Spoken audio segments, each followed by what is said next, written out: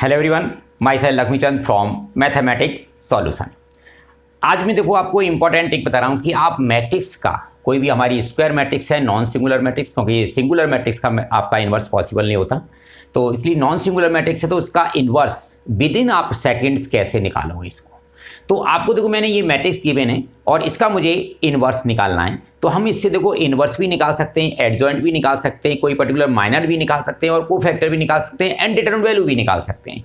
तो हम ये सब कुछ जो है केवल विद इन सेकेंड्स मीन्स आपका 10 और 15 और 20 सेकेंड्स आप सभी आंसर आपको मिल जाएंगे। आपको देखो करने की ट्रिक क्या है कि जो भी मैट्रिक्स के मैंने आप पहले नोट करो, तो 3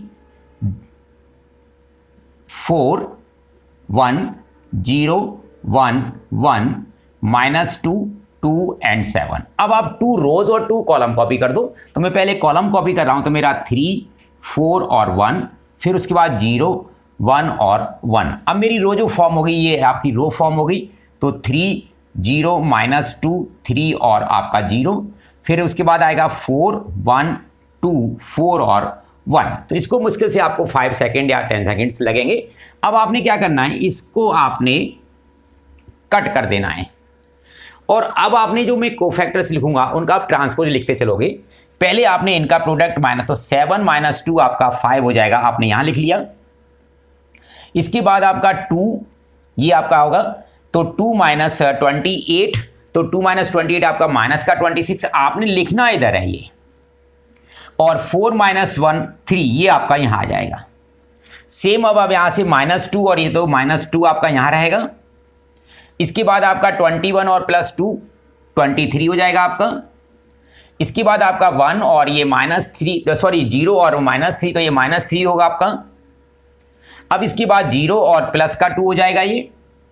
अब ये आपका यहां से माइनस का 8 और माइनस का 6 माइनस का 14 और ये 3 और ये 0, तो आपका 3 ये आपका। अब मैं खाली आपसे पूछता है एडजॉइंट, तो ये मेरा एडजॉइंट का आंसर है। अब मुझे निकालना था डिटरमिनेंट वैल्यू, तो देखो डिटरमिनेंट वैल्यू के लिए सॉरी इसके लिए इन्वर्स के लिए मुझे डिटरमिनेंट वैल्यू चाहिए। अब डिटरमिनेंट वैल्यू के लिए आपने क्या करना है, ये जो फर्स्ट आपकी रो थी ये कोफैक्टर्स थे, तो 3 × 5 ये मैंने मल्टीप्लाई कर दिया, 26 × 0 आपका 0 हो जाएगा, और 3 × माइनस, तो ये माइनस का 6 हो जाएगा। 15 - 6 ये मेरा क्या होगा 9, तो यहां आप 1/9, तो ये आपका ए इनवर्स, यदि मैंने मैट्रिक्स इसका नाम ए दिया है तो आपका ए इनवर्स इस तरह से हो जाएगा।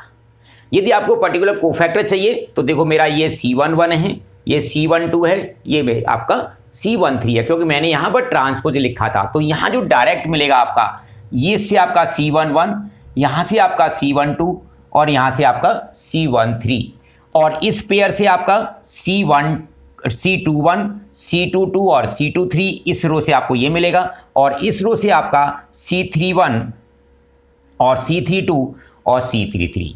ठीक है। अब आपको यदि माइनर्स में चेंज करना है इसको, तो माइनर में आप क्या करोगे, आपका जो C12 ये जो आपका है, ये इनके साइन जो होंगे केवल इन डायमंड जो कॉर्नर्स पर जो एलिमेंट्स हैं, जो कोफैक्टर्स आए हैं, आप उनके साइन बदल दो, अपोजिट कर दो, वो आपके माइनर्स बन जाएंगे।